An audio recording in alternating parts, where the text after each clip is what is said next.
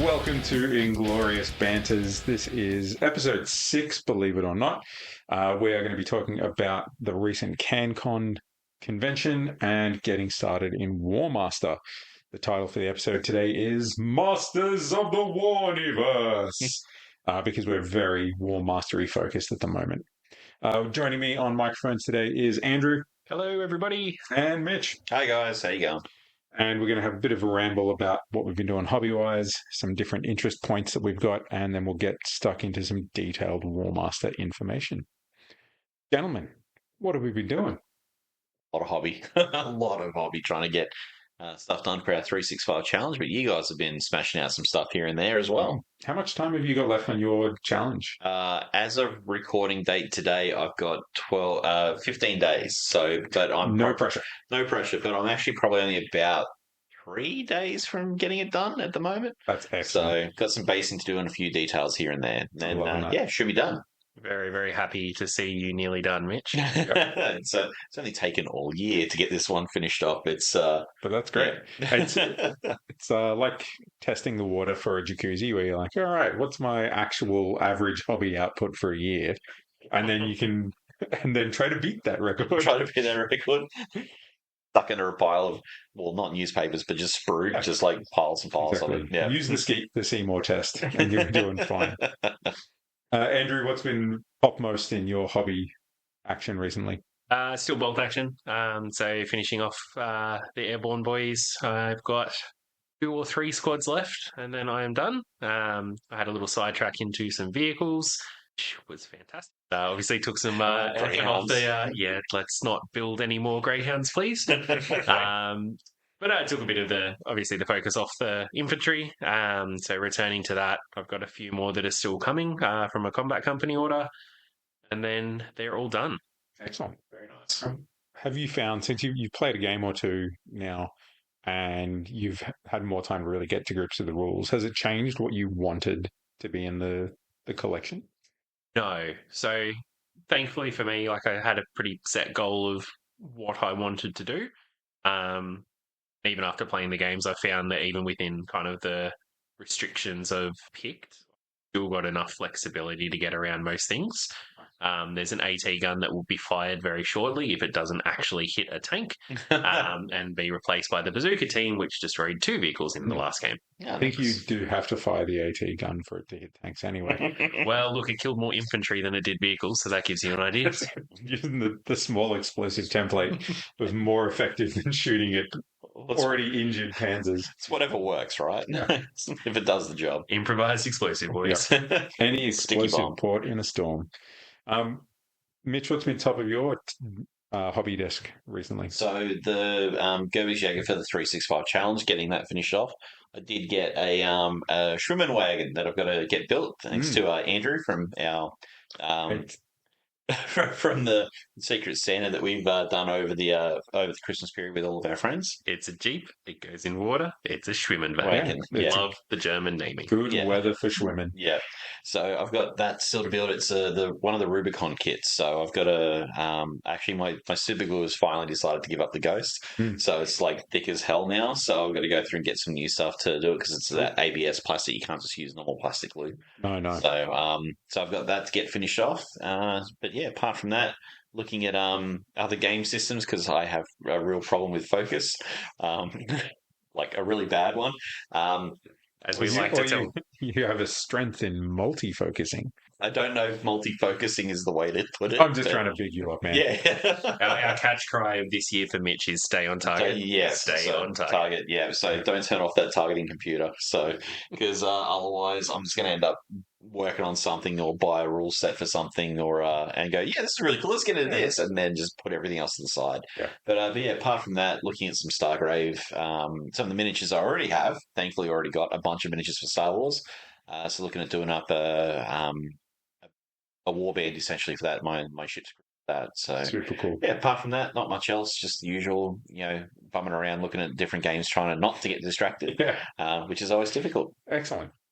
Well, I have not been avoiding the distractions. I've just been doing 5% hobby on 20 projects. Yeah. So joking around before that, I've got like just the skin done on an entire army, and then I move on to something else that's an easy job.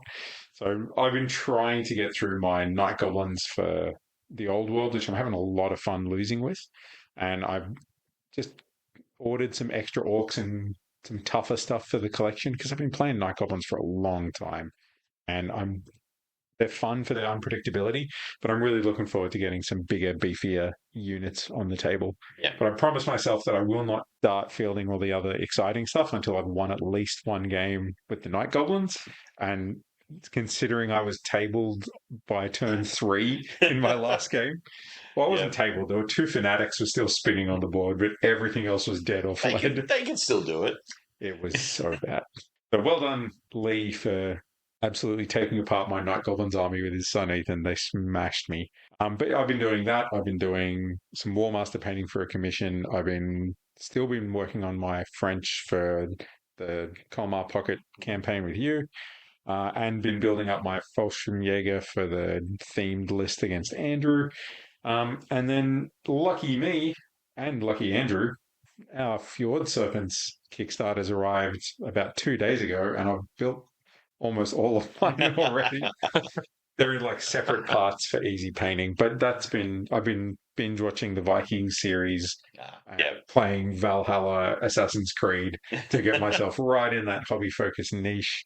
Because otherwise I get distracted and I won't do them. Well, that's all right. You can just play some Test of Honor, some Ghost of Tsushima, so you can get used to playing Test of Honor again. Well, that's also good, mate. Because in amongst all of that, I got a Christmas gift voucher from you and Kit, and I spent that to get Mongol Warband that I'm using proxy rules for Test of Honor. Yep. So I've been looking at 3D printing some Test of Honor scenery stuff. I've been converting up all the Mongols so that I've got different units ready to go, and playing lots of Ghosts of Tsushima to keep myself focused on that aspect. Yeah, real focused. Yeah, I'm probably about to crack that out again and start playing it. It's so good. Yeah. Talking distractions, right? Yeah. So video games. Yeah. So there's a lot of inspiration on different topics. We all try to keep ourselves on the straight and narrow to some degree, keep ourselves inspired in things that are at least on topic with what the rest of the group's doing. But I don't know. I feel like I'm always able to follow my passions if there's something I really want to do. Do you guys ever feel constrained by what the rest of the group's doing, or? Look, everyone's got their thing they're looking at. People have focus on one particular game, either play style or setting. I know one thing we were discussing this a bit when we had the quick drive down to CanCon. One of our mates, Lee, he was. Hadn't played any Test of Honor before, so we were describing the game to him, and he's like, sounded like he wanted to get in and have it. Our other mate met, and he actually hasn't got any of his own stuff, but he just always joins in and plays because, let's face it, everybody likes joining in and having fun together. So games like Test of Honor, really sort of highlight that, and the addition of a slightly different enemy sort of force into it will kind of, some with a bit more focus on shields, so which you don't really have in it. So it's been tricky. Yeah, it'd be interesting to add in, but I think it's one of those things with everyone in the group. We played a lot of Mordheim, really quite solidly for a long period of time. But having a few of us getting into playing more bolt action, things like that, or playing some old world, it's good. Yeah, I think like the only issue when you have a decently sized group is finding everybody's focus. About 4 or 5 people coming over for a games day, and your focus is one thing, but everyone else feels like they're playing something else. It can be a little bit difficult. Yeah.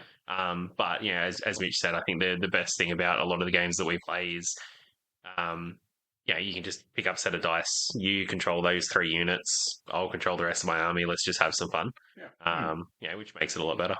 We always try, ideally, so to get a bit of a heads up before we have our game days and say, what do people want to play? Because if Andrew really wanted to play some Lord of the Rings, then at least one of us would be able to go, cool, Andrew wants Lord of the Rings. I'll sign up for one game with Andrew for that. And then I also want to bring this to play. Yeah. And bring whatever else it might be, Stargrave or what have you. But as long as everybody gets a chance to go, hey, I haven't played this in a while and I'm really keen.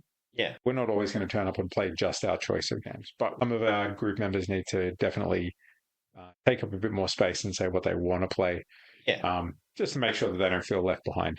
Well, I think that's the thing. Like you said, everybody's focus does wander. So it's down to what sort of fits the bill. We've had a chat with a few other people about some Stargrave stuff, which was one of those things that I've had the rulebook for a while. It's something that did look like it was going to be pretty cool, and I went, "Yeah, I'll chuck that. I'll look at that again in a bit." And that was like a year or two ago. So after sort of looking at playing something more skirmish based, like that's things. I think skirmish games are really quite nice, just for getting a bunch of games out. You're playing it on a small area, usually 3x3 or 4x4 feet. Um, you don't need to fill out an entire table full of 6 feet of corridors and everything like that.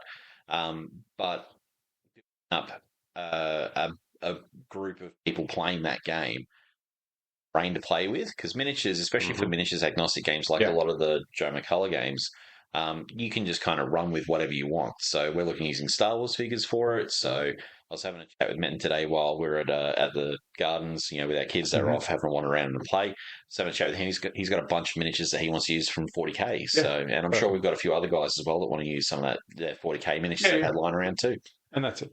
Like, as long as everyone feels they've got a voice, then everybody's good. Yeah. There's so much good stuff going on at the moment. Way There's too so much. many cool things. The Fjord Serpents that we just mentioned, Andrew and I both bought a starter set each. So we've got like 4 ships and then a couple little extra things. You got some extra stuff, didn't you? Yeah. But one of the reasons that we got those is that they're the same scale as Warmaster, especially the full versions. The original prototypes are a little bit shorter. They were closer to 6mm than 10mm. But they look really solid beside some Warmaster figures now. And they're on like 2 centimeter wide bases, and Warmaster's on 4 centimeters wide.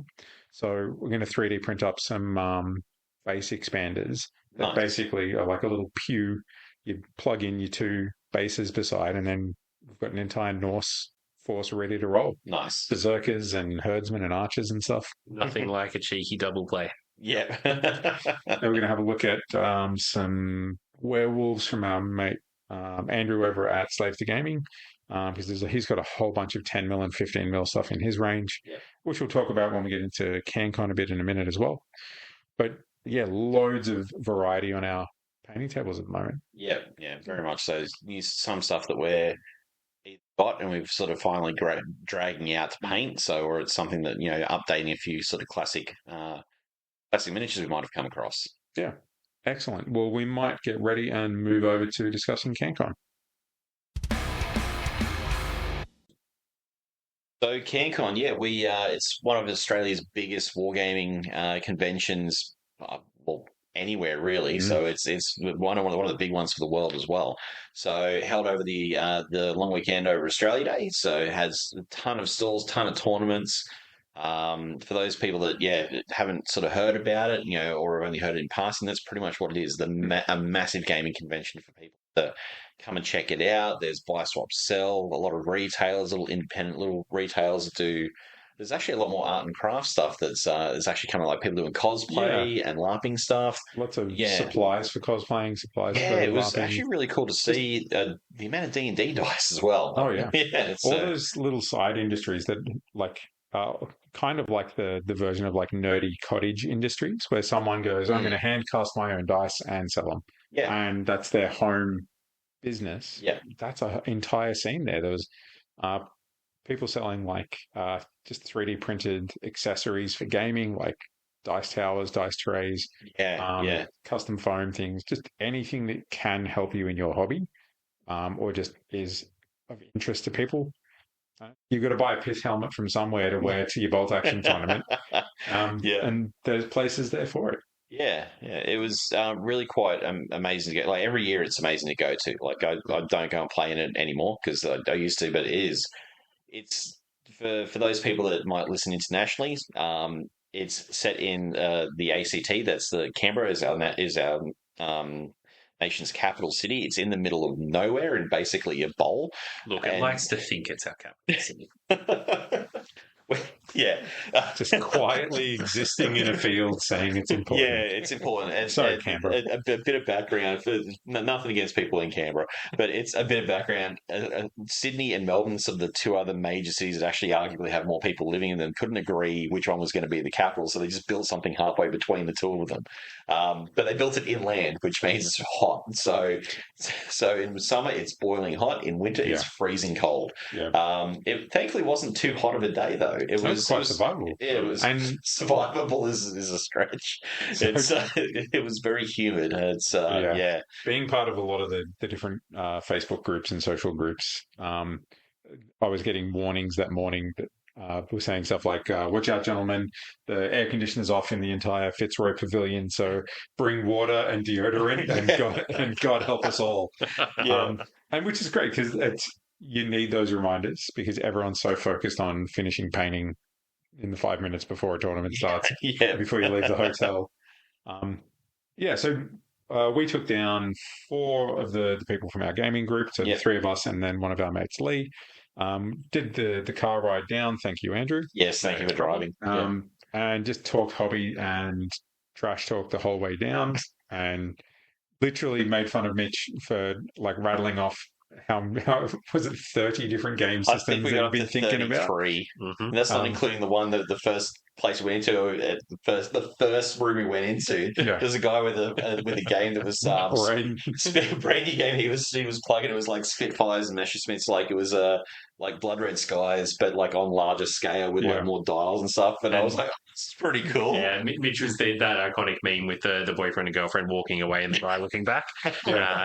New game. Ooh. Yeah, it was bad. So it's but I think it was 33, and you guys were laughing at me for like 15 minutes while I was rattling them off. Well, you started talking 15 minutes. You started talking about them, and in my head, I was like, I bet you Mitch could list 30 different games. And when you got up to 10, I told you that I'd been counting. And then we just went with the rest of like, what have you talked about recently, Mitch? Yeah, distraction is a hard thing to deal with. So it's almost a lack of focus on stuff. It was to get us on track for now. We want to talk about some of the stuff that we saw there. So we might go around. Each of us can say like one game that we saw or one shop that we went to. And we'll go around a few times until we've covered like most of the important stuff that we really enjoyed. Oh yeah, because I got a list. Don't worry. Shakes his clipboard. Item number 1. Big tick. Yeah, excellent. Because we did. There's some people that we go to see that we see every year at different conventions. There's some people that's our only chance to see them face to face. And there's always new and exciting things. I love how many little indie developers and indie designers come out of Australia and slowly make themselves known. So we might start with Andrew. Andrew, what was one of the top things that you were keen to see when we went down? Keen to see was Warmaster. Obviously, there was a big Warmaster tournament going on, so checking out some of the armies was really cool. For me, though, the surprise of CanCon was how much in scale it's grown. I think the last time I went down a few years ago, it was still just, and I don't know the building names, right at the back with two big buildings with the concourse between them, and that was it. That was all the CanCon. Now we're up to 5 buildings, which is just incredible. But you go down there to see hobby, you see hobby, you're happy. Excellent. Mitch, what was one of your highlights? So, I mean, the Bolt Action tournament was really cool. We knew a few people that were playing there. Said hi to Julian as I walked in there. Sort of said hi to him and had a quick chat. And he's like, "Oh, you playing?" I'm like, "No, I'm just here to have a wander around, and have a look." So it's And then I said, I'll also go and say hi to Ian, and Ian, the tournament organizer, just kind of walked past and kind of just waved at him. And he did a half wave and ran off to another table. It was like at the start of the first round, so getting things organised. But absolutely, their tables look great, and I mean, it's one thing for all of us, I think, was just the sheer amount of good terrain on the tables. So especially the Bolt Action one, it was really quite good. Yeah, always appreciate a Bolt Action tournament for the tables. I forgot to take photos almost everywhere that day, but the only photo I took was of a building that I own that I haven't painted yet. And I went, oh, that's a really good color scheme. And then I forget photos for the whole rest of the day. One of the bolt action things that I would really put a smile on my face thinking about the 365 challenge. Theo, you should join. Was it one of our old customers? Theo was there, who I played at Moab, and absolutely trounced me with his army. But it was mostly just base coats of when we went to Moab, which is what, 6 months ago? It's 4 months ago. 4 months ago, yeah, it was only October. And it was fully painted and finished now. It was one of the first things he said was, army's done. And I was like, yeah, that's awesome, man. It was great because that's, 100 models probably, give or take, because there's quite a few large rifles. Yeah, well, his is like specifically from the Japanese-Chinese battles that happened during World War II. Oh, like Manchuria. Yeah. So, but he's got a couple of big units of cavalry in there that absolutely annihilated my artillery. And that was just really cool to see. So I love seeing that progress. And as a lot of people have commented recently, nothing like a tournament deadline to get finished. Very true. Yeah. For me, one of the big highlights was checking out Fjord Serpents because they actually had stuff to sell. They finally got in like their preliminary shipment, and we've been so keen to see all the models and like see them up close. They had stuff from their new 15 mil range that's like a Vikings combat game, like a land-based game. Nice. But just seeing all the stuff out in the open again, they had a few more ships on display. They had a few more pieces that we could sort of pick up and look at. Really got me pumped up. And then it was only a couple of weeks until the stuff actually arrived for us here. So I've been binging heaps of their how to play videos. They've got a channel on YouTube called War HQ where Luke goes through a bunch of the stuff. And once again, that's an Australian developer. He made another game or had a Kickstarter like 20 years ago for something else. Oh, okay. Because he used to have like a comics company and stuff, but this is his first big gaming Kickstarter and the quality is really solid, very impressive. The gaming looks really fun and intuitive. There's a lot of cinematic moments. In Bolt Action, we'd say Bolt Action happens. In this, I think we're going to say Vikings happen. Because there's going to be a lot of stuff that goes wrong. The rope breaks and your ship gets trashed on the rocks. Or, Andrew's berserkers steal your ship and chase down your own trading vessel with it. Yeah. So that was really cool because there was, what I really liked was that there were so many people there that were really interested in it. And I love seeing indie developers making some progress forward. Yeah. It's very cool as well. Speaking of, small indie developer, just seeing how spread that Kickstarter went for him. The Facebook page at the moment with everybody starting to get their goods. Lots of international backers, which is fantastic. Awesome. I mean, Vikings are good. Andrew, what else was a highlight for you? Like with any convention, you kind of you turn into the mum at the shopping centre where you just start to run into everybody. So it was very, very happy to see a lot of our Games Workshop crew from around the place. So, running into Justin and Papa Joe and Juicy. So shout out if you're listening. Really, really good to run into people that you haven't seen for a really long time. It has been a long time, yeah. Justin's known me since I was probably 8 years old. So just always good to catch up, see how he's doing, see how I'm doing. Yeah. Happy days. There was a lot more catching up with old friends this time because we weren't playing. Yeah. We just drop by and say hi to people at different places and just, catch up for a laugh real quick and then let them go back to rolling their dice and hopefully winning. Yeah, exactly. It was there was one of our old casuals, Brent, actually, who was playing in, I think it was the just the happy wave from across the field when you catch eyes, which is always great. Yeah, and we saw Mitch and Christian, two guys that we know pretty well, playing Age of Sigmar as well. Yeah. So went over there and said hi, and sort of looked over the table, and I think Mitch was unfortunately removing a lot of his ogres off the field at the time. He's incredibly well modelled ogres. Yeah. And then we went over to the Star Wars Legion section and said hi, bugged our mate James. Yep. So who was I think he was fighting off against a bunch of rebels, and I think he was losing a lot of his droids pretty quickly. Yeah. So, but we can always build more killbots. Yeah. That well-modelled ogres riff was because I managed to model up a Greasus base for him just in time for him to get paint on it, and he does an amazing paint job. Like his ogres were immaculate. His models do look really good. So the community aspect is a great highlight. So and part of that as well was we checked out the Marvel Crisis Protocol system. Mm-hmm. Andrew's laughing because stay on target. Stay on target. Because I was looked at and I was going, oh god, they're really cool looking models. I haven't looked at them before, but seeing everyone playing, and one of our old customers as well was playing too. Matthew. Oh yeah, so Matt Henson. Matt Henson. Yeah, he was playing. Work colleagues. You saw Brogan in there from G-Dubs. Yeah. So and Brad from Cast Dice was playing, so went over and said hi to him as well. Thanks for taking the time, Brad. It was great to have a little chat with you. Yeah, it was good to catch up and have a look at your models. Your models look amazing. I mean, a lot of the Marvel Crisis Protocol minis, like everyone's paint jobs are really quite good. It was cool. I had a quick chat with Matt about he was playing with a Moon Knight character, and I actually really like Moon Knight as like part of the comics.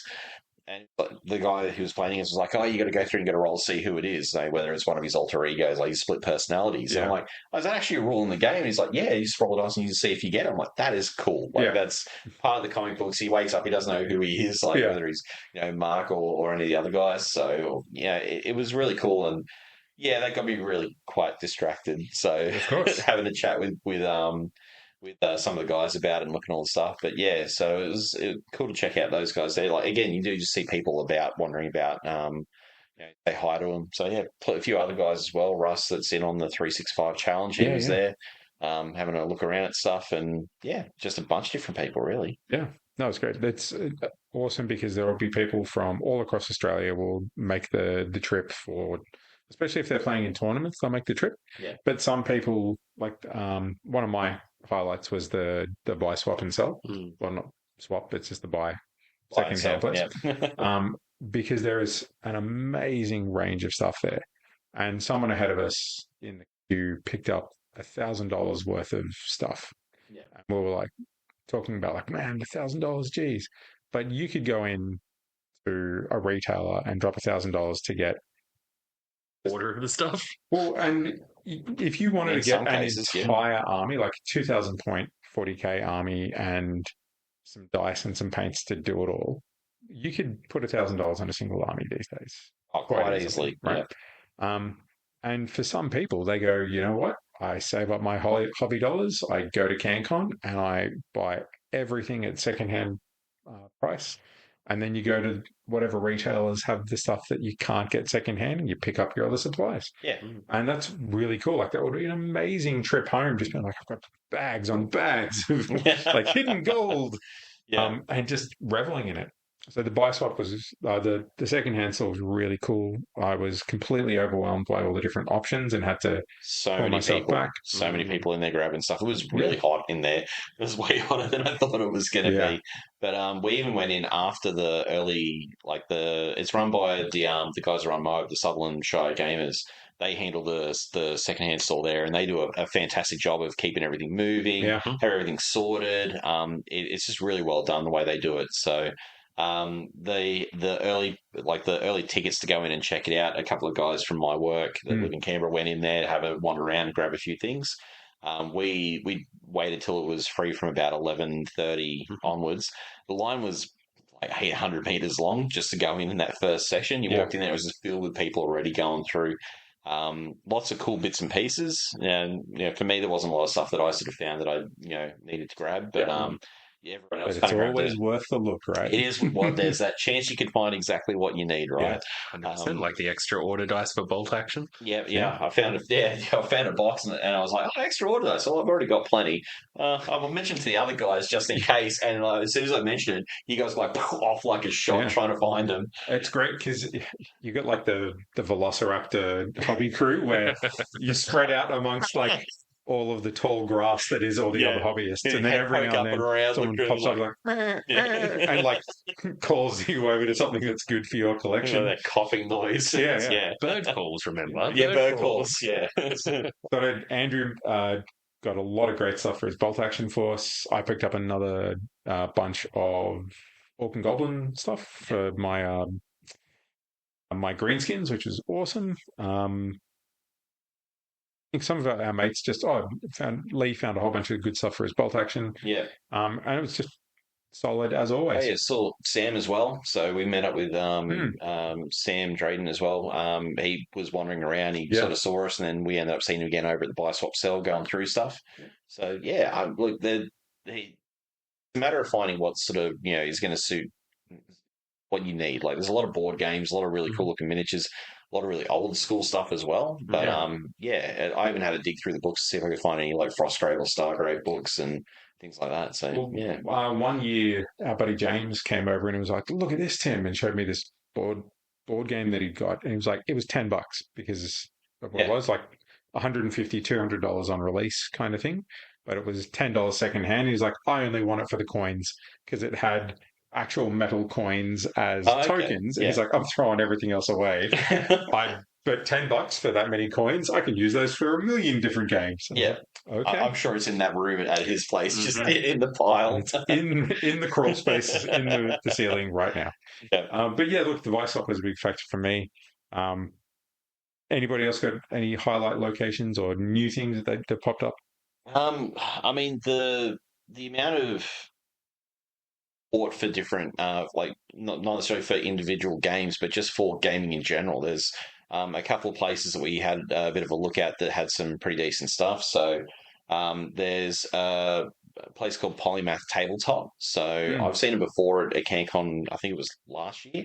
And they do gaming mats. So they do little widgets for like gaming, for like combat measurement gauges and range measuring tools, objective areas, like little objective sort of circles you put down, and they're neoprene backed sort of stuff. So it was really cool. I think they were doing price support for the Age of Sigmar tournament. Because AOS is very big on the capturable circles.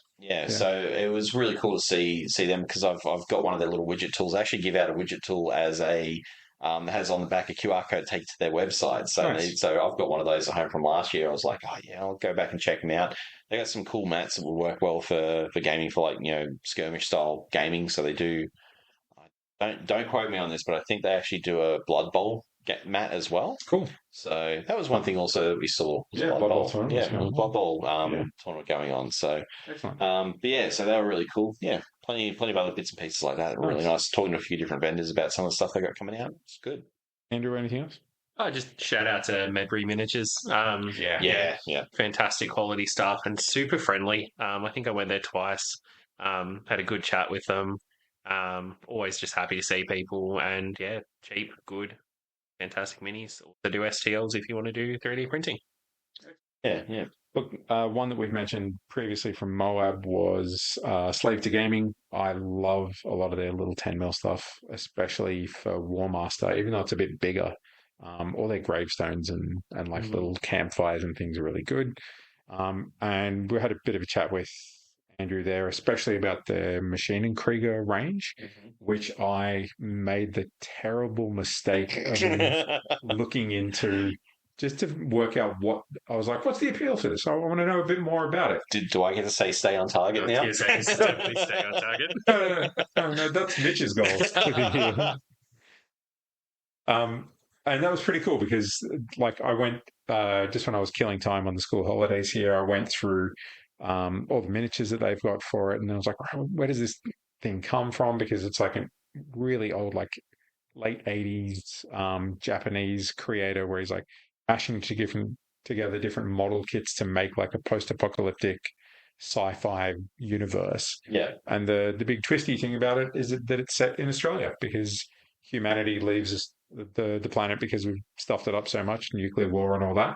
And then exploration teams find out that it's semi-habitable and we can go back. And there's all this conflict, everyone in like cool exo power armor suits and stuff. So I started having a look at some of that because I know they're doing some community connection stuff, making scenarios and things. So I don't know. I might get like 2 models and make a little diorama or something. Just 2? Just 2. Look, I'm not going to lie. His stuff has looked really good for a long time. It's because he does all of his other bits and pieces. You got something from him this year, didn't you? Not this time around. No, I got something from Steve over at X Manus. I got myself a witch model, which actually works really well for a supernatural investigator. So it's just to add some extra stuff to my silver bayonet. But so check out X Manus if you're looking for any of those sort of cool little miniatures. He does a bunch of different female miniatures, sci-fi, fantasy. Really cool. Definitely check him out. Absolutely. But yeah, over at Slave to Gaming, like his stuff is. He does a lot of like really cool like Robin Hood little figures as well. Yeah. All the stuff we were talking about with the Warmaster. He does a game that's a 15mm Grim Grim fairy tale like sort of Brothers stuff. Grim vibe. Yeah, so he has like 15mm werewolves and stuff, which work really well for an army for Ninja Breadmen. Ninja Breadmen, yeah. So, like, he's got like some World War II stuff. He has a Sentinel tank that he does as well. So the Australian Sentinel tank. The new Desert Rats. So they're long range desert patrol, but they're designed for like the Machining Krieger universe. So they got like their science fiction long range desert patrol. So they've got like sort of more sci-fi looking rifles, which is really cool because they're 28mm scale. They're a bit different to the 15mm that he's been doing because I'm pretty sure I saw there he had some 15mm versions of those as well as a unit you could take. I didn't realize that they were like sci-fi funky style. Yeah, well, cool. On the tabletop, actually went through and showed that up as one of their like highlights for the week sort of thing. So he got a shout out. They should. It was awesome. Yeah, so he got a shout out on through there, which is cool. So hopefully it leads to him getting a few more things done up for it. Absolutely. Well, unless anyone's got some driving things that they want to mention. Magpie. Yeah, so Keen Magpie. This is a new group of guys doing some MDF terrain up that me and Tim had a quick chat with one of the fellas there. They've got a few kits out for some science fiction stuff, which works really well for any 28mm science fiction game really. So like Star Wars Legion, Stargrave, Infinity, really cool. They also do some buildings that are more sort of the desert Middle Eastern theme. So good if you're playing anything. I think it's Spectre Operations, which is the modern day being like skirmish wargaming. Yeah. I think he said that it was designed for Warzone originally because Warzone's based off that cubes of movement. Yeah. So you like everything's broken up into 3-inch cubes kind of thing. So all the terrain fits like easy 3-inch movements, 3-inch things. Yeah. Great interiors for buildings and other stuff. Yeah. So he was mentioning about a few things that they've got in the works. So which had like sliding like removable doors and things like that for certain IPs like Star Wars that it might be good for. Slightly Imperial style. Slightly Imperial style stuff, which would be like corridors on some kind of giant space station. But yeah, it looked he had some testers there which actually looked really quite cool. So yeah. But yeah, I mean, for the vendors, there's just a lot of stuff to look at. There's a whole bunch of other games there that we didn't really look at. There's one that's the Battleship World War One, like Dreadnought class, battleships that their models look so great. Like it's really cool. Absolutely. Yeah, but even the tournaments, like we walked past the Lord of the Rings tournament as well, and that was beautiful. Tons of people, awesome terrain, awesome lots of terrain for those people in Great Britain. Just pointing that out. Yeah, there's been a lot of controversy about what constitutes good terrain and how much you should have on the field. I've not been part of the flame war there. I've been watching it from the sidelines, but look, a lot of great terrain there. I think we walked past what else? The Hordes, War Machine Hordes. Called convention attendees, Mitch. That's not nice. Okay, all right. So the War Machine Hordes, they had their stuff all being played for that game system. Didn't check out the Lard Zone with the Two Fat Lardies games. They did right. What a Tanker, What a Cowboy, Yeah. that kind of thing. Didn't check those out. We had enough time to go all over the place and Like still not twice, see and we still everything. didn't see everything. Yeah, it was crazy. Like they even had for not something that we went and checked out in particular, but they also have an like a role playing game section, which is its own whole building, which has like people playing D&D, like one shots and things like that. Like other like Masquerade and all that kind of stuff. Like there's a lot of different games out there, and even the big participation area where people can go out and try a game. Like you book a time for it, and you go and you play a game of whatever. It's great if you're ever on the East Coast, which is probably a bit more accessible. So if you're in the East Coast of Australia, but we've had people that have come. There's been people that have come over from the States, from Britain, all over really to come down to it. I think there was one of the guys I think it was in the Bolt Action tournament, was from Darwin. Like he came down, which is a massive trip from Darwin to Canberra. To come over for it. Like guys from WA have been over to stuff before. But yeah, look, it's great. If you ever get a chance, definitely check it out for the weekend. So highly recommend. Yeah. Well, I think that wraps us up for CanCon, yeah? Yeah, for sure. Excellent. Yeah. I had an absolute blast. Looking forward to it again next year. Yeah, I get hassled in the car on the way home about what games I'm looking at. Always the best part of the trip. Best part of the trip. Someone's got to keep us all on the straight and narrow. The thunder of tiny 10mm hooves, the sound of echoing, maybe just cracking cannonballs, and the twang of bows being mildly ineffective. That's what Warmaster is to me. So we're going to dive into State of the Game for Warmaster. It's the first time we've departed from our beloved Bolt Action to have a look at some other game systems in focus. And Warmaster is a game that we have only been into for just over a year. About a year, I was looking at it the other day because it was before we started the last 365 challenge. We got our first models. Wasn't it? Yeah, it's October, November, the year prior. So was it? Okay. Yeah. Now that we're at the stately age of like 15 months or something, and we're well-versed veterans of Warmaster, we're not. We can talk about what it was like getting into the game. Yeah. But please do not make the mistake of thinking that we are experts in this system, except for Andrew. The rest of us are really just here to talk about what it was like starting this awesome new game and how we got into it and whose fault that was. Mine. Yeah, it was mine. I started off, I was like, oh man, you know what would be really cool? Warmaster. And I started looking at some stuff that had popped up on my news feed. It was from Forest Dragon, and it was one of the guys that we've got some miniatures from. And I went, oh, this is really cool. I remember seeing it back in the day. There was one White Dwarf battle report which had the Empire versus Chaos, and they used one of the smaller, great unclean ones, the metal one, as like a giant demon on the field. It was just a really cool thing, and I thought, oh, that's really cool. Play some mass combat. This looks pretty cool. And I mentioned it to these two, and it lit a hobby fire like the beacons of Minas Tirith going off. It did. It was. I think it was on our nostalgia list for a lot of us. Yeah. We've just been impressed by it and always wondered what it was like in a way. Well, it was something that was around at the same time as Mordheim, which we all, me especially, has a sort of big love for. But also, it's one of those games around the same time where they went, hey, you know what's cool? Like at Games Workshop, what's cool? Mass gaming, like, giant scale. So you had like Epic had been out before it for a while. You had Man of War, you had Battlefleet Gothic, which we'd all done a bunch for as well at the store.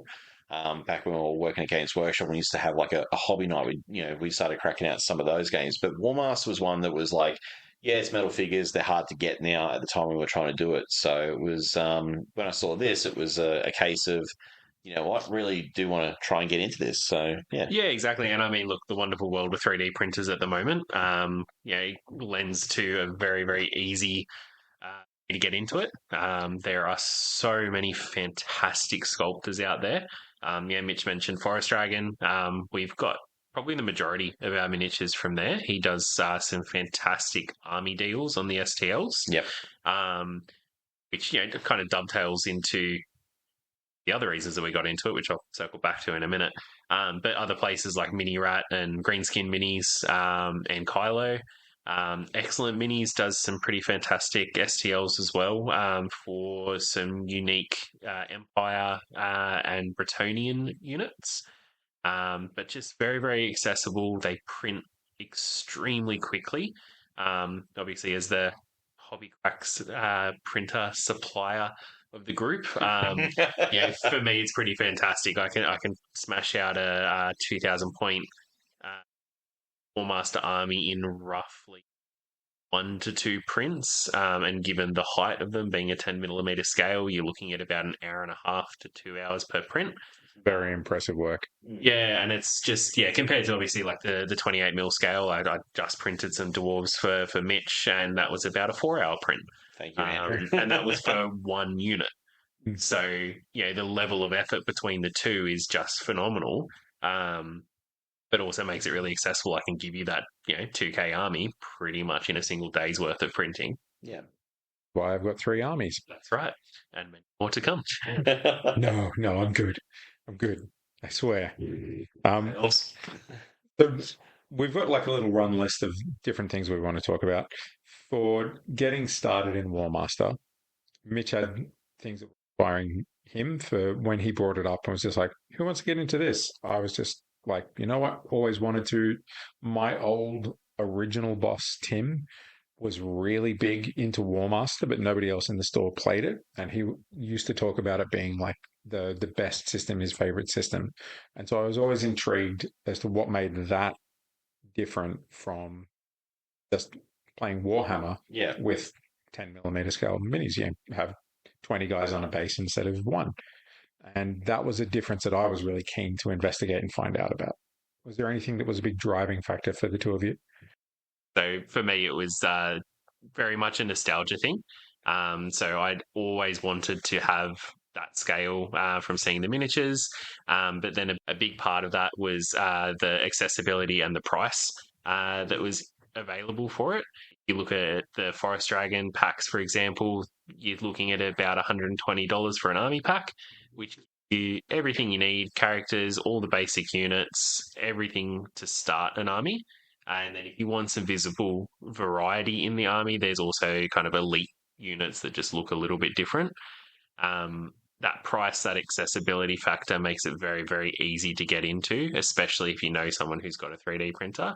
But even saying that, there's a lot of really good merchants that do the printing for quite a decent price when you compare it to normal 28mm. Absolutely. We've seen a few places that do, particularly for Forest Dragon, and I'm sure for other mobs, where they'll do just an entire print of the whole army pack and sell it as a printed army. Yeah, it was Proxy Wargaming. I think CanCon had their setup there with some of their other stuff that they have, but also for their 10mm stuff too. So, and you can order their stuff through their website as well. Yeah, big shout out to them actually. Local guys, very, very good on the prize support. And very good on pricing, especially as Tim said, for those army packs, you can really get into it very quickly. Yeah. One of the things Andrew mentioned there was that you can kind of get elite versions of regular units, because one of the big things with Warmaster is that a lot of the units are generalized into light cavalry, heavy cavalry, light infantry, medium infantry, heavy infantry. And often within an army, there's not that big of a difference between each one of those categories. But being able to print up, some sword masters of Hoeth for your high elves, they still just count as spearmen, but they have a different appearance, and it lets you break apart your army into like obvious differences so that you can tell the different companies apart, which is really good. Yeah, and that's one of the big things about Warmaster, and it even says it in the rulebook, of course, is that it is about your generalship. So armies themselves are very, very balanced between each other, so you can win with anything. It's how you write your list, any of those quirky little magic items that don't crush the game or they don't really swing it into your favor, but there's just enough flavor for a little bit of difference that if you use it correctly, really help you out. Yeah, it's like the extra icing on the cake. It's something that takes an interesting plan into like a ploy with like sneakiness involved, or like an extra bit of punch to really make sure that flank charge isn't just a flank charge. It's a flank charge with a burning sword that does that little extra bit of damage. So one of the things that Andrew's just mentioned there is that we're doing most of our armies are printed in resin. Has anybody got miniatures that are the old metal school? Got a couple of ones that you've given from your old Dark Elf stuff you picked up a while back. Couple of figures. They're in a box with the all the other the resin printed stuff. But yeah, that's sort of the most I've got is just a few, one or two, a couple of heroes. Yeah. But apart from that, yeah, my Dark Elves are all resin done by Andrew. So yeah, exactly. I think I had at the time that I was working at the Games Workshop, the Mighty Empires tiles had just come out, and as part of a grand plan for yet another campaign that I'll never play, I'd gotten a hero pack from about 4 different factions for Warmaster, which have then sat in the garage for the preceding 15 years, that are just getting pulled out now. They actually stand up pretty well, to be honest. Obviously, 3D printing has come a very, very long way. The detail is just so crisp, even at a 10mm scale. The detail is incredible. But those metal miniatures, they still hold their own. So if you do kind of get a hand on them, contrast is probably your king. They're very, very quick, very easy, very good looking miniatures. Unless you're the guy who had the High Elf army down at Warmaster, at CanCon. Apologies, I didn't ask your name, but fantastic level of painting, edge highlights on 10mm miniatures.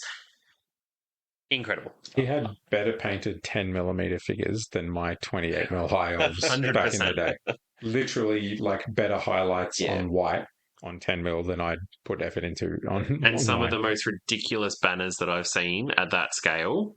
Just well done. Yeah, it was quite inspiring to see. I think he's shared him a bit through the Warmaster Australia page and that. So yeah, definitely. Look, painting at 10mm, it's a whole nother level, isn't it? Well, that's going to be our next topic, actually. So we'll talk about that in a sec. One of the other things that I forgot to mention on our little hit list here was plastic 10mm, because we don't have any in our collections, but there are quite a few manufacturers out there,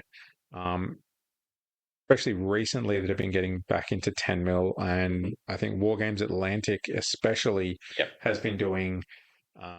They've just done a 10mm samurai range, which works perfectly for Nippon. And they've got orcs and goblins as well, which are quite Lord of the Rings style, great for Battle of Five Armies. Yeah, they're doing the old school style orcs, which are really quite cool. It's interesting to see them doing stuff at 10mm actually, because it's not a scale you'd normally expect to see these days, but there's a bunch of other games out there to play with it as well. Absolutely. So plastics do exist as well, but we're for the money, we're doing mostly resin for ours. Now, my one criticism there is the beautiful fine detail work on them means I have snapped more spears and great swords, and I have sworn more working on Warmaster than I have on anything for years. That's the only thing that gets me. Like when I sit down to paint, I'm like, damn tiny bastard. So when I sit down to paint, I'm like, damn tiny troublesome humans, because I know I'm going to snap a couple of weapons. I'm going to drop one sprue, one little rank of guys, and snap all the spears off my skeletons again. Yeah, so for any home printers out there like me, definitely you need to adjust how you print them. Less cure time is key, otherwise you will make them extremely brittle, even more brittle than they are after the cure time that I'm doing. But if you have the ability, switch out your resin. I'm using a standard resin. It is fantastic, but as Tim said, it does kind of tend to be quite brittle at that scale. So getting yourself an ABS or a bit of a flexi resin would be a much better goal, to have a little bit of give on those weapons just in case you do something to them. Totally. Well, let's move on to the hot topic of painting and contrasts and things. I have found painting Warmaster to be a whole challenge all of its own. And I know it's very different. I know, Mitch, it was a big journey for you getting into Warmaster painting as a different kind of painting. Do you want to take us through it? I'm a very, very messy painter by nature. I have to go back and do a lot of retouches. So at 10 mil, having to retouch 10 mil to then go back and then screw that up and then have to retouch again, it started getting really quite hard to do. The contrast is definitely your friend at this scale. I know, like I mentioned about the higher farming, it looks like it had actually been layered up. I mean, yeah, you can definitely do that. Layering up would work quite well, depending on the type of models you have. If you have something that lends itself to a wash better, say like for your army, Tim, with all of your undead, the ghost units or the skeleton units, where you have more, where it's actually going to work out better. As far as doing just a contrast, not even a shade, just the contrast is generally enough to handle what you need to do. But whereas something like with your Bretonians, Andrew, you've got quite light colours, but you're doing it in contrast, but with like what, 2 layers of contrast in some cases to give that depth of colour? Yeah, and depending on the model, I do for my knights, it's generally, to be honest, 1 coat of contrast, and then quite a heavy Agrax wash afterwards. I do find the contrast, while it looks great, gives fantastic coverage. At that scale, it's quite garish. It's very, very bright. And especially for Bretonians and the dirty peasants, that Agrax wash actually works really, really well afterwards. But depending on your paint style, that contrast can also be a fantastic base to build upon. Good contrast layer, and then if you are crazy enough to do highlights after that, it is a fantastic base to build on from there. I have done it with a few of the really important kind of character models. They are a bit larger, especially ones on the mounts. You can get in there with a little bit of dry brushing or a little bit of edge highlighting, and it looks fantastic. Yeah, I found with doing mine, because mine are done quite light coloured, like I've gone for Soulblight. The Soulblight grey shade works really well over the entire, undercoated white miniature to give that illusion of it being like shinier silver armor. And then going back and layering the different sections and different colours I'm using. So because I'm using quite light colours, it does mean if you do make a mistake, it does make a bit of a difference. You have to go back and retouch and do that sort of stuff. But at the end of the day, I found that it was relatively easy to do. It's the brush control. And painting at that scale, the brush control, you really got to be good with it. I use pretty much for the entirety Games Workshop. It was brushes, one of the small, I think it's a small layering brush. So it's about the size of the old school like layer brushes from back in the day. I'm not sure in what scale, it'd probably be like a detail, like a detail brush almost, maybe a little bit bigger. But I found I basically used that, and it was trashed by the end of doing the 1,000 points that I did up, because it was a lot of contrast getting soaked up in there. Washing it out. I mean, I'd probably do more brush. I should do more brush care, but I usually find for a painting project, 1 brush a project, and I use that brush for everything, highlights, painting eyes, like the whole lot. So for me, one brush a project is not necessarily too bad. By the end of this one. I consider myself a brutal brush taskmaster, and I considered sacrificing one of my brushes per project to be an okay thing. I'm like, look, I'm going to absolutely smash this project, and I'm going to get it done. But one of us isn't coming out the other side, boys. I did find the Army Painter range quite good. I use a Army Painter character brush, I think it is. It's quite a good blend of control and size for the contrast. I also started dabbling in the Army Painter speed paints, which are quite a good alternative to the Games Workshop contrasts.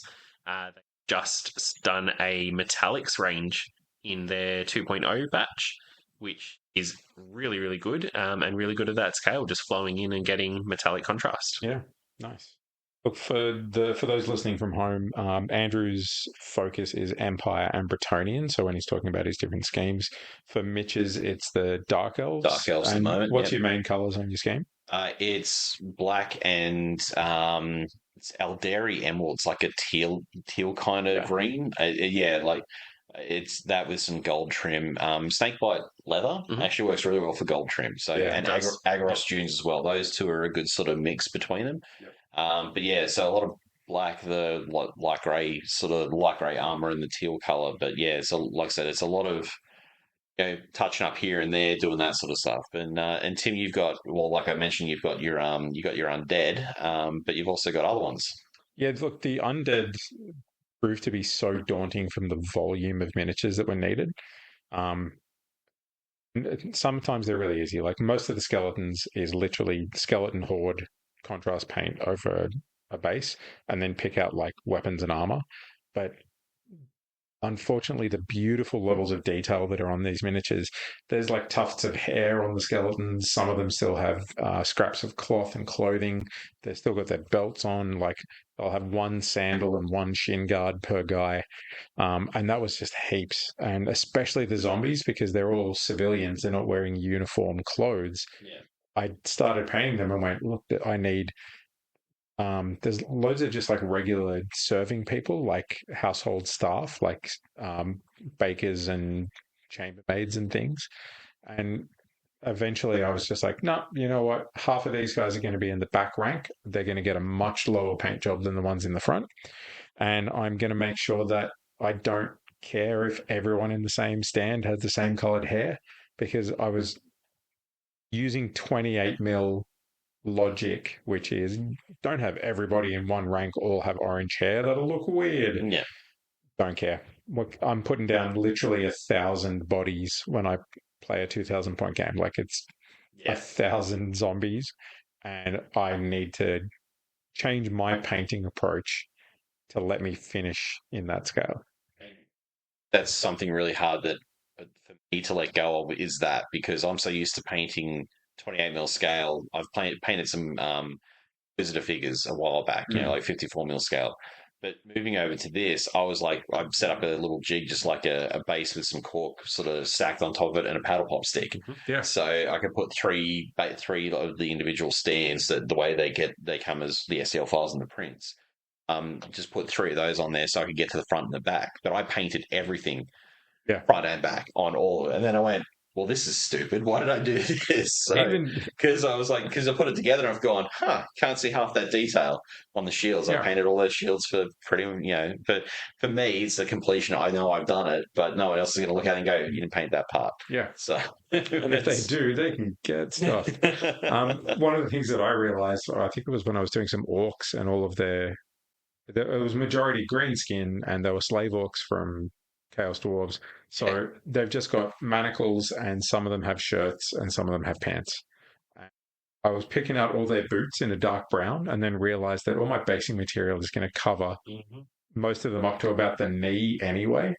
And I was like, I just painted 175 boots that are going to be stuck in the Sterling mud and covered by flock. What am I doing? So there's a lot of that where it does take a different approach. I tend to go with a plan that gets me as efficiently done as possible. So I'll try to do something like paint the entire stand of skeletons with Skeleton Horde, and then I'll swap over to a very dark contrast that will cover over that entirely. So all of the weapon hafts, all of the leathers all get picked out in the same dark brown. And then I might pick a mid-tone like a grey or a bone or something and pick out all the cloth in that. And then I can just put an Agrax wash over them at the end. I've been using about a 50-50 diluted Agrax for mine, but you can, with the new Agrax that's more recess shading, you can kind of get away with that because it doesn't stain and tone down everything as much as the old one did. Yeah. But that's the main things for me, has just been trying to get it efficient. So the poor old Skellies did my brain in. And so I also didn't have a lot of different toys to play with in that one. Yeah. Because that army is very much an infantry, drown them in infantry army.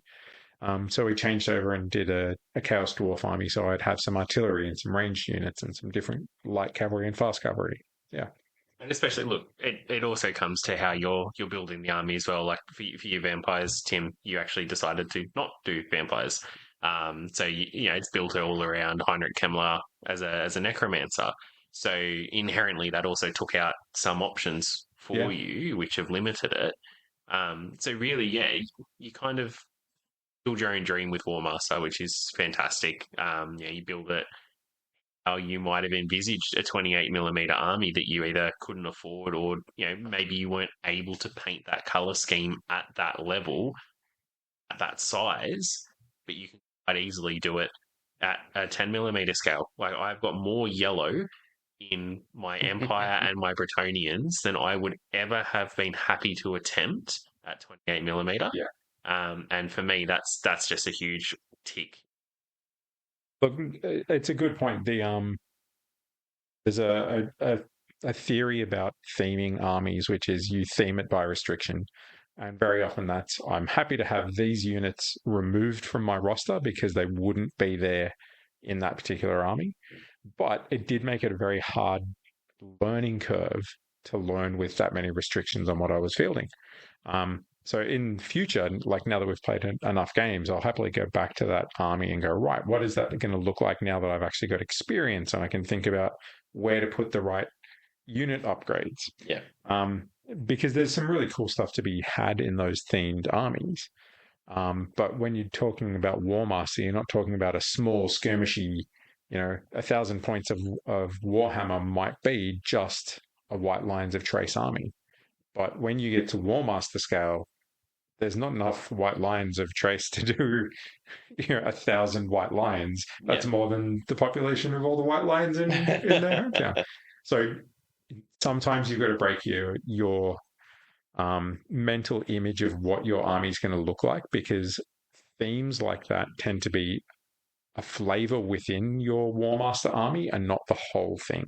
Yeah. Like, it would be pretty rare that at that scale you would have just a Silverhelm's army or just a Dragon Prince's army or a Dwarf Ranger army from Warhammer, but you might have more Dwarf Rangers because that's your theme. Yeah, but the painting of your force also lends that, especially if you're using specific color schemes for certain sections. If you're having a mixed army, like if you take a bunch of Flagellants alongside your Empire, you're going to have different colors in there. Same with your Bretonians, like we were discussing on the last episode where you talked about having your Household Guard, which is one particular set color, but then you did different heraldry on everything else. Mm-hmm. It is how much detail you're going to put into that painting as well, because it is 10 mil. It looks fantastic on the tabletop, but you're not going to notice a lot of those little details. So it's definitely something that the amount of miniatures you can field on the table, say with 50 odd plus bases worth of zombies, versus say, my Dark Elves is like 25 models, like 25 bases worth of stuff for 1,000 points. Like, you won't necessarily have huge amounts of stuff on the table. So your army choice also really depends on how much painting you have to do and what sort of level, in your choice. Yeah. But I suppose we can talk a bit about that when we talk about sort of, armies and, things like that. Absolutely. So the other hobby topic that we wanted to talk about, aside from materials and painting, was about the adjustment in terrain. Because for most of our games, they're all 28 mil, and a tree is a tree at 28 mil. But as we found, we used Andrew's awesome board at his place, and realized that the trees they were feasible, but they were all the largest trees you would imagine would be present in any forest. Like the biggest redwood trees you've ever seen. Yeah. And so you'd cherry pick through your forests and pick all the smallest trees to use, and they were still just not quite right.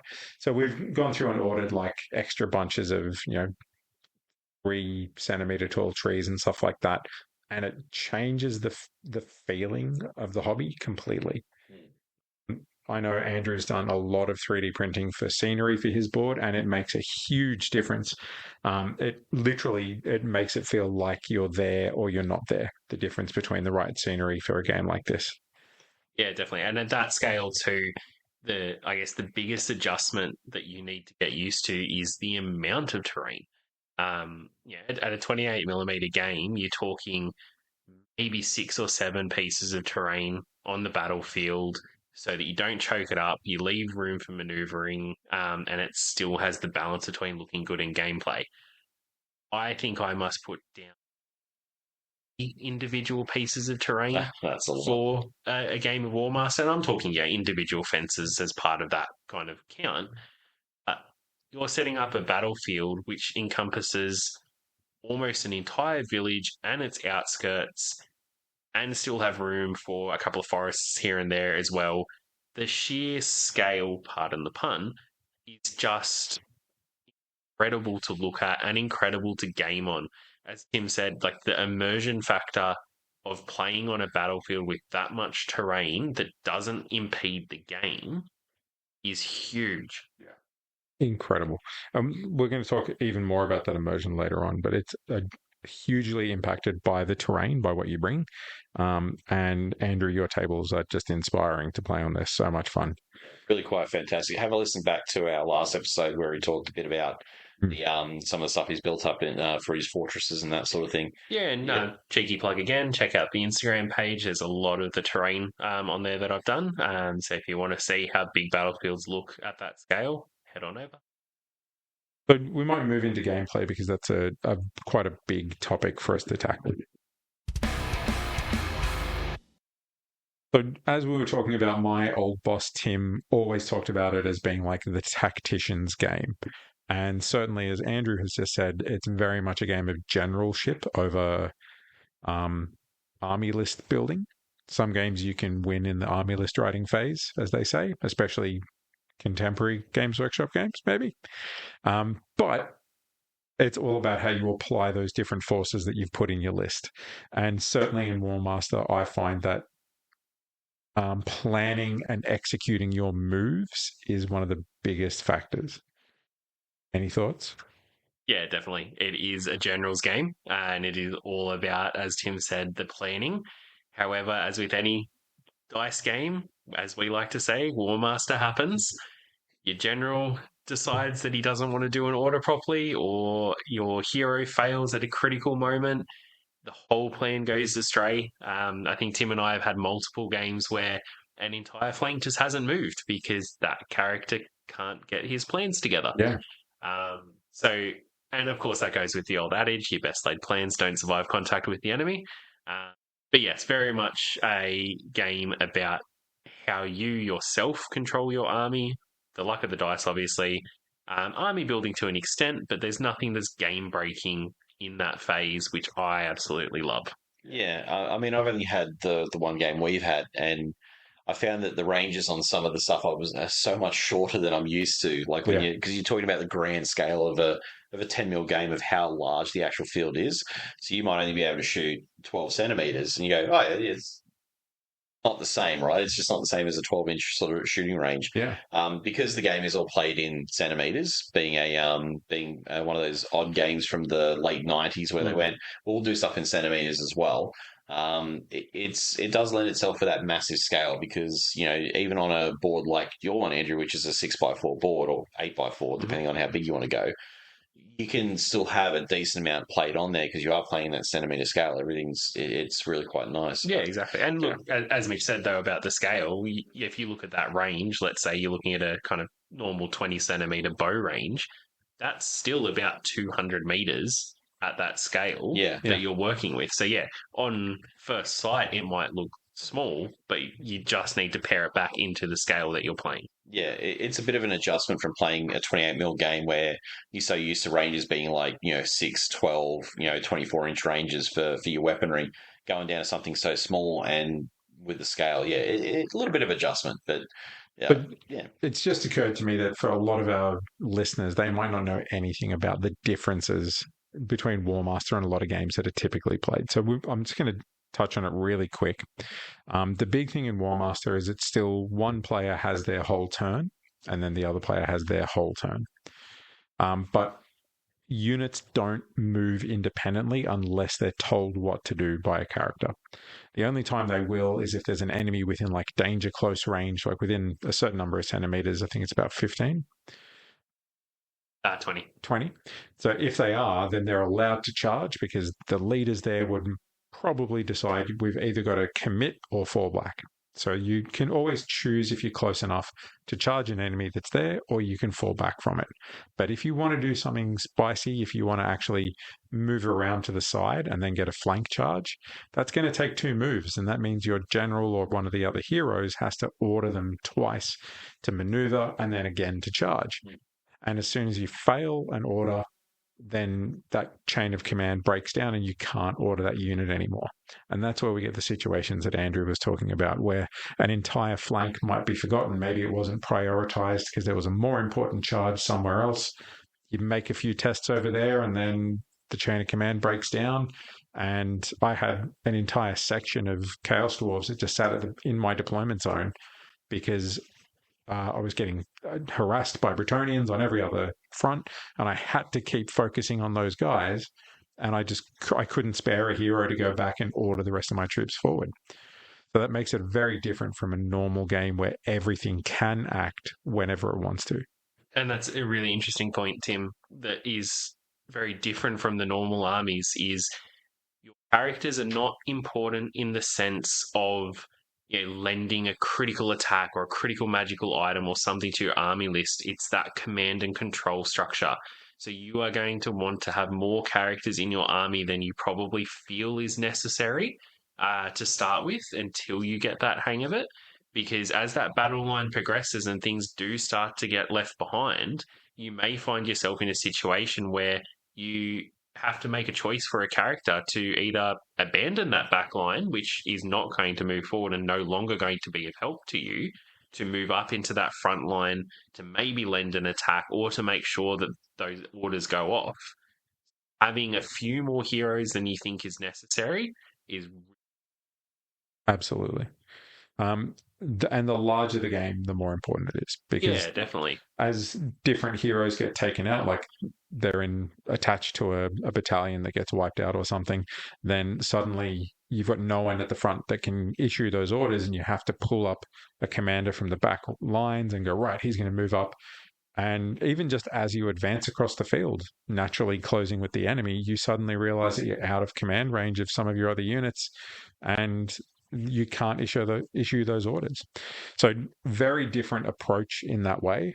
I've constantly found myself having to break my mental image of how the combats were going to work, because even though I knew it was Warmaster, I kept trying to apply a Warhammer mentality to the charges, the combats, the resolution, and it just didn't work. It's something I did find in our game when we did have that play. My Reaper Bolt throwers at the back got left behind, and they just did not do anything. Even my Hydra was kind of bumbling along, couldn't really do anything without having a proper order done. Yeah, interesting comment about the bolt throwers, as you were talking about ranges feeling shorter than what you're used to. Yeah. It is definitely a big adjustment for anyone who might play a normally quite heavy artillery army coming into Warmaster. Number one, shooting being kind of not as impactful as it is in other games, but also that range.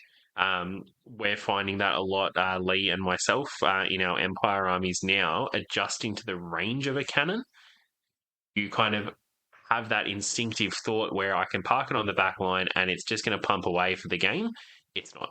You need to have it actually in a more kind of frontline position to start with so that you can get into a good position and then leave it from there. Don't just assume that because I've got a big black powder cannon that I'm going to shoot across the whole battlefield. Yeah. That's another thing that really surprised me about artillery in particular, is that it can move and shoot. Like everything can move and shoot unless it's got a rule that says it can't. And it's something that I have to justify narratively to understand it. So as we've talked through it, I came to the realization that a turn in Warmaster is really about half an hour. That's my take on it. It's half an hour of maneuvering, giving out orders, sending a scout to the next unit to tell them what to do, finding a new position, launching a few salvos of cannon fire, and then waiting for the next order. Every combat is marching, 10 minutes across the battlefield, getting the charge, killing, triaging the infantry and pulling wounded troops to the back of the formation, and then seeing who has pushed forward or pushed back. It's a much bigger turn because we're talking about an hours-long battle in Warmaster, not a skirmish at a 2,000-point game where everyone can die by turn 3 if you're goblins. 100%. You took exactly what I wanted to say, Tim, about like the time factor. it is a big adjustment to get your head around when you're playing that 28mm. Everything's quite fast and punchy. Whereas, this is that grand scale. This is, Napoleon at Waterloo, the big checkered blocks of troops moving around, slowly getting into position, and then moving from there. So you do really have to adjust your mindset to the scale. But once you do, it does become quite natural from there. Look, something I'd like to point out at this stage is that there are a lot of good videos about how to play Warmaster, and I watched playlists of those on repeat over and over again to really drill the rules home for me, particularly the way my brain works. I need a lot of repetition to learn new things, and I need a lot of games to get a game system down in my head. And I highly encourage you to do that. Check out all the different communities that are out there for it, and definitely I think it's Ian Standing. Ian has some great breakdowns. They're very detailed and very explanative, but there is a lot to Warmaster. It's worth the effort, but it takes a long time to get to grips with it. So as far as getting into playing Warmaster, the best place to go is the Warmaster Revolutions website. Now, these guys have been keeping Warmaster going all these years. They've done a whole bunch of updated articles. All the army lists are on there. The best thing about it, it's free for the rules. You print it off. I know the guys did a compendium up, so people got like a printed copy of it. Yeah, we saw a hardback. Hardback printed version at CANCON. So yeah, there's that. I mean, it's pretty much easy to get into it, and that's where I first sort of started looking at it. Was I saw some miniatures that were done up as test sculpts from Forest Dragon, and I went, "Oh, that's pretty cool. I wonder where these rules are." And I went through, joined the Warmaster page, and they just went, "Yeah, here's the link to." One of the first things was like a pinned post or something like that. It was like, "Yeah, go here and find all the rules." And I started looking through the rules and went, geez, this is really different. So, like, looking at the way the rules were set up, the way the armies were selected. Yeah. But Warmaster Revolution for all the information, perfect. It's the best place to get started with it. So, I highly recommend anybody that wants to read it about it, definitely check it out. But Andrew, you've mentioned you found a few other things that have been quite good. So on that website, they've got a whole archive of the old school articles from the Warmaster magazines and from some of the other old GW publications. Really, really good if you want that nostalgia hit. But also as a resource, the rules may be completely outdated by that point. But, for example, Tim and I are playing through a narrative campaign at the moment for Vampires versus Bretonnia, the Circle of Blood, I think it is.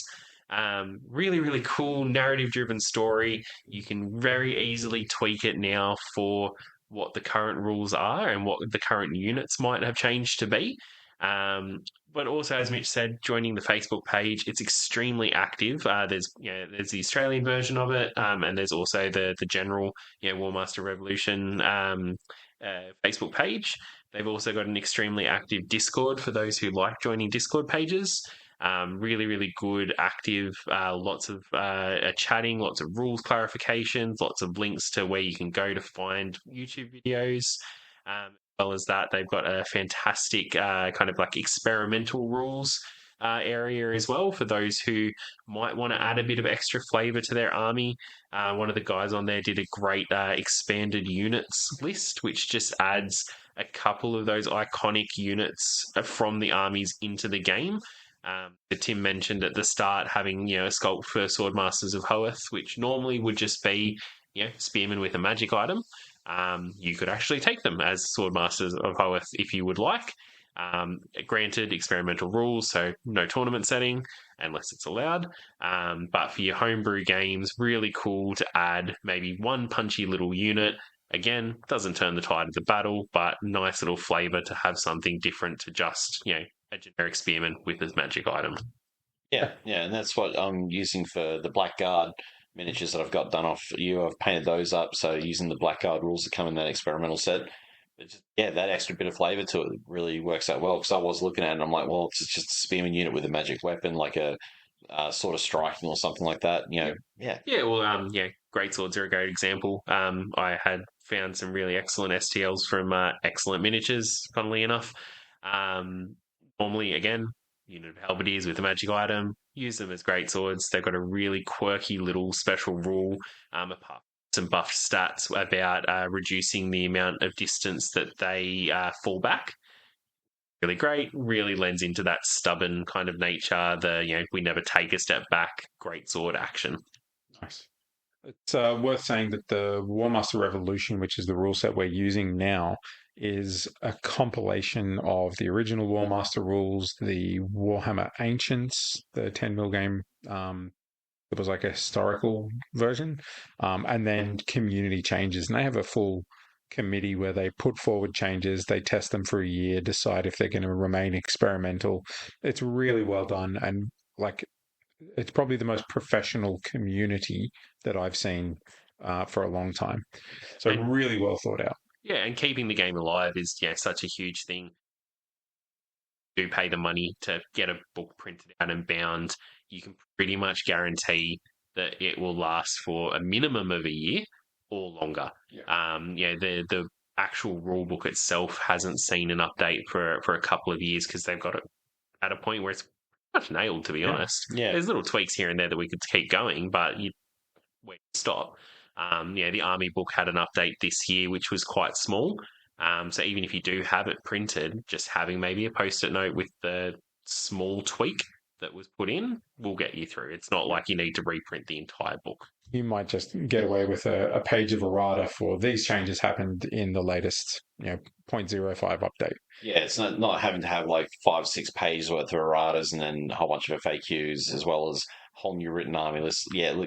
Having it being a mainly self-contained game is really quite good. Absolutely. It's not being that it's not having sweeping changes like we've seen with Star Wars Legion, where they have completely changed the game from what it was from the version that we were playing a bit more of in the sort of, I'll say, second edition of it, I guess. So since they've changed hands with it and they've gone over to the new version, it's kind of thrown a whole bunch of stuff out the window. So having that continuity of a game system, knowing that what you started playing a year ago is still going to be the same now, is really quite nice. Like with a few little tweaks here and there, which are not major game breaking or list building changes. Because let's face it, when you build the list, you have minimums you got to take in the actual force selection. So for example, you'll need to take, for the Dark Elves, you've got to take at minimum 2 units of spearmen. So that's 2 3-man stands of spearmen, and then 1 3-man stand of crossbowmen. That's the minimum you got to take for the army, and 1 person to lead it.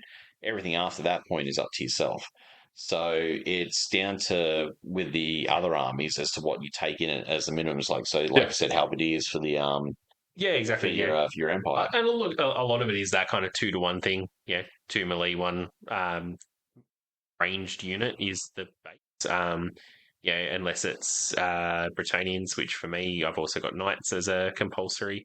But I think for me, and you mentioned it, Mitch, about that kind of self-contained nature, is a lot of the other systems where it's, buy the rule book, buy the army book for your faction. Oh, I'm also interested in that one. I'll get that army book.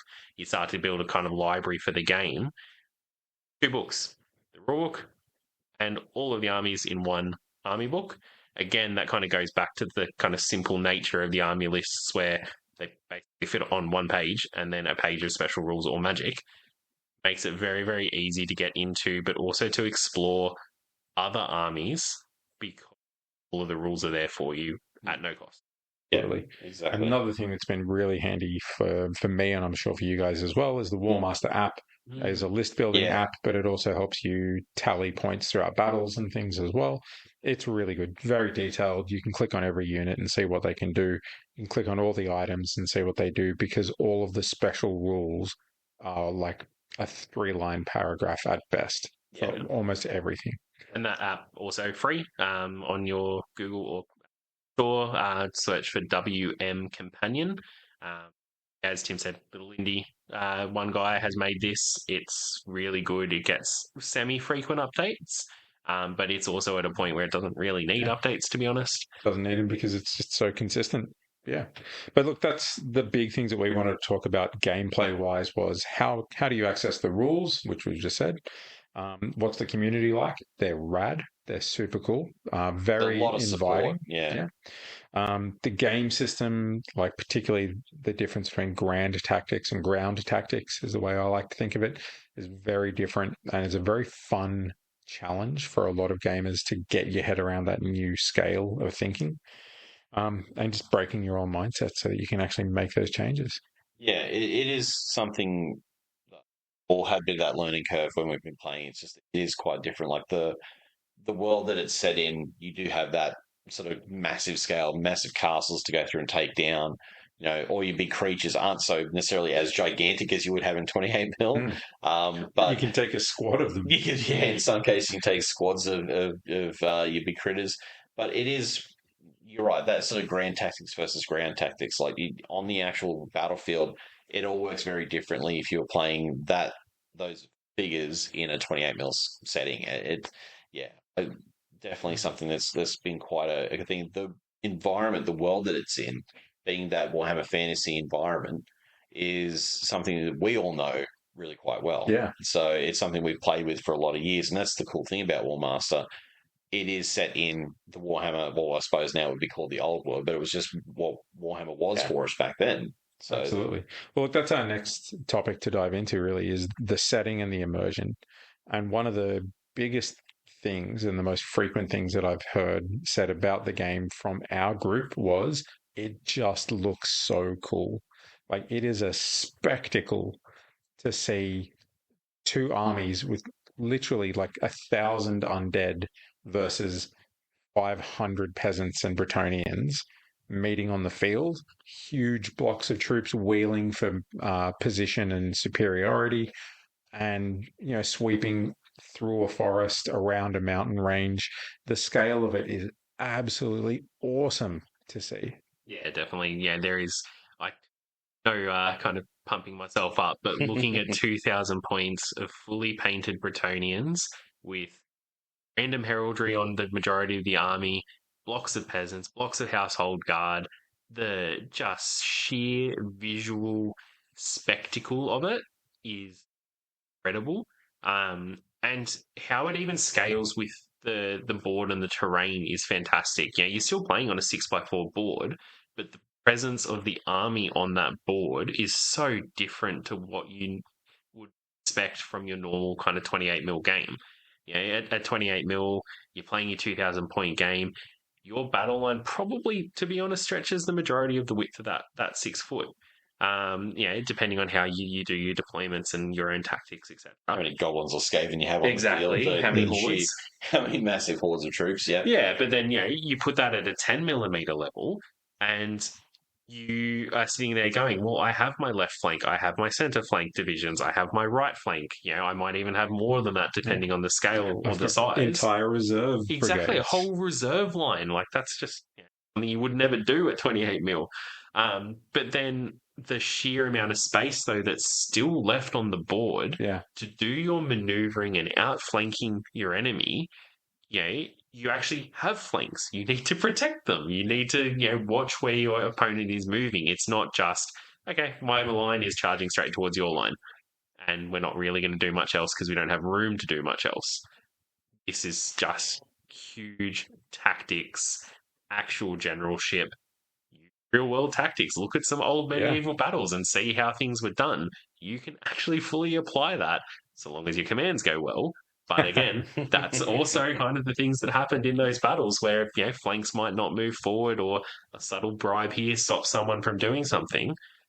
It all applies, and it feels so incredible. Yeah, absolutely. I think, like you were saying, even on a 6 foot board, there's enough space that we've had games where there'll be an entire town on one flank, and then the depths of a forest stretching across part of the board, and then an entire mountaintop on the other side with a castle on top, and there's still a river for fording and and things going through, where instead of going, I'll send my troops to that one house over there because they could occupy that, you send an entire battalion to occupy a town, and you just march through the streets and go, right, you've got to come in here and fully dislodge my orcs that have taken over your little hamlet now. it's just really cool. It, for me, is the difference between reading a one paragraph bit of flavor about a battle, like uh, in the old White Dwarfs, before every battle report, there'd be like a little paragraph, like those little box blurb, out text. right? Yeah. That'd be like telling you about like the generals getting ready before the battle. This is reading an entire old times novel about the War of the Beard. There were 7,000 high elves on one side and 20,000 dwarfs on the other, and the battle took 3 days to complete. That's the kind of epic that you get in a game of Warmaster. An entire squadron of dragon riders attacks the flank and rolls up along the battle line until they accidentally stray within range of the cannon battery, and then nobody's got wings anymore. And all those things happen. Like one of the first games where Andrew and I played with the Bretonians and the Chaos Dwarves, he had a freshly painted unit of Pegasus Knights, swooped them out majestically behind this mountain range, and then realized that the other range that was nearby was my cannon range.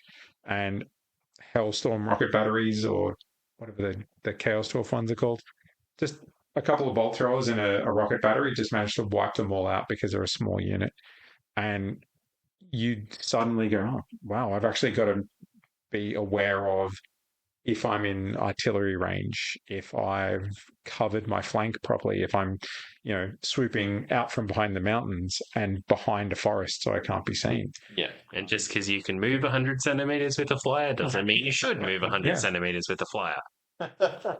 Yeah, I've got a dragon still that I need to get done up, and I'm looking forward to putting that on the field. But my Manticore that I used last time, he kind of just ran around and like ducked into like a unit of troops to try and make sure he didn't get, he helped out where he could. Yeah, it's having the mobility of flying miniatures, like, because normally in a game like a 28 mil game, flying miniatures, see them sort of, they're swooping down to attack the battle line. That's sort of the scale you're talking about. They're in the midst of it.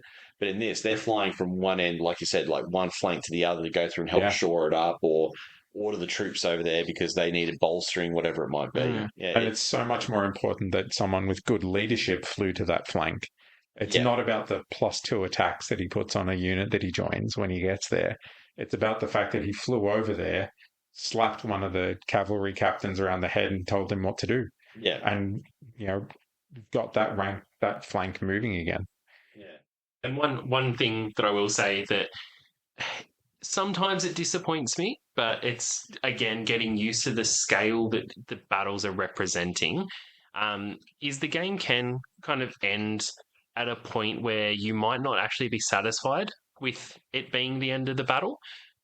So one of the things with Warmaster is that the game does end, unless there's specific scenario conditions, it ends when you've lost half of your points. 3 points, I should say, not half the points of your army. So once you've reached your break point, that's the end. That is where your general decides that there's no longer an acceptable risk to the army at this scale to continue the fight, and they will withdraw. So for me as a Bretonian player, that break point is quite small because it only is knights. So I can send the hordes of the unwashed into battle and not really care too much if they get mincemeat made of them. But if I lose 2 of my knights, that's all of a sudden a situation that I don't want to be in. But on the flip side, when I look at games that I've had with Tim, for example, there was a fantastic 2,000-point game we played where Tim had organised his army into almost the classic unending waves of the undead with 3 quite hefty lines of skeletons. And the game ended after I'd probably chomped through the first line and half of the second line because we'd reached that break point. From a scale looking at it, you would anticipate the battle's going to keep going because half the army's still there. I barely kind of made a dent. You need to get used to that scale that is where the game ends. So your tactics not only need to consider the survivability of your own units and crushing the enemy, but doing them in such a manner that will reach that break point faster and unfortunately end the game a little bit quicker than you might be ready to end it at. A victory is a victory. I mean, that game in particular, I had this really heavy front line, and I was sacrificing units, like throwing 3 units at a time into Andrew's knights, and we'd cause a couple of hits and maybe drag down 1 stand of cavalry, but that would mean that my next unit had a better chance of breaking them, and then it also reduces your leadership for issuing them commands because there's not enough of them left. Yeah. But on the flanks, Andrew had taken out all of my fast wolves and things like that, and he'd done enough incidental or like sideline damage to everything else that even though the front still had a story to tell, the rest of the army had suffered 50% casualties, and the necromancer was ready to get out of there and start raising again. But it really is, it changes what you've got to think about, and every scenario has got some different rules to try and achieve as well. Yeah, having only the 1 game under my belt is certainly something that I'm looking forward to playing a bit more, getting a few more of my units done. Shooting, like we mentioned before, that is not like the be-all and end-all like it can be in some game systems. The combat's really where you have it, and you do have some of those big mass grinding combats where you have like multiple flanks, and then that person gets flanked by another unit, and then that person gets flanked again. You do have these mass combats. So as far as when you're talking about that side of the spectacle of it, if you imagine zooming, like having that Rome Total War or whatever it might be, like you having that grand overview, and then you zoom right down to the actual level of it. It's just bodies being ground together in a real grind fest to try and get the actual units down. Do you know what? That's actually a really good comparison, Mitch, for the video gamers amongst us to make that comparison. Imagine Warmaster as the Total War games, the absolute spectacle, the mass army, versus say like Baldur's Gate kind of level for the 28 mil, where it's quite zoomed in about a snapshot of one particular part of that battle rather than the grand scheme of things. Yeah.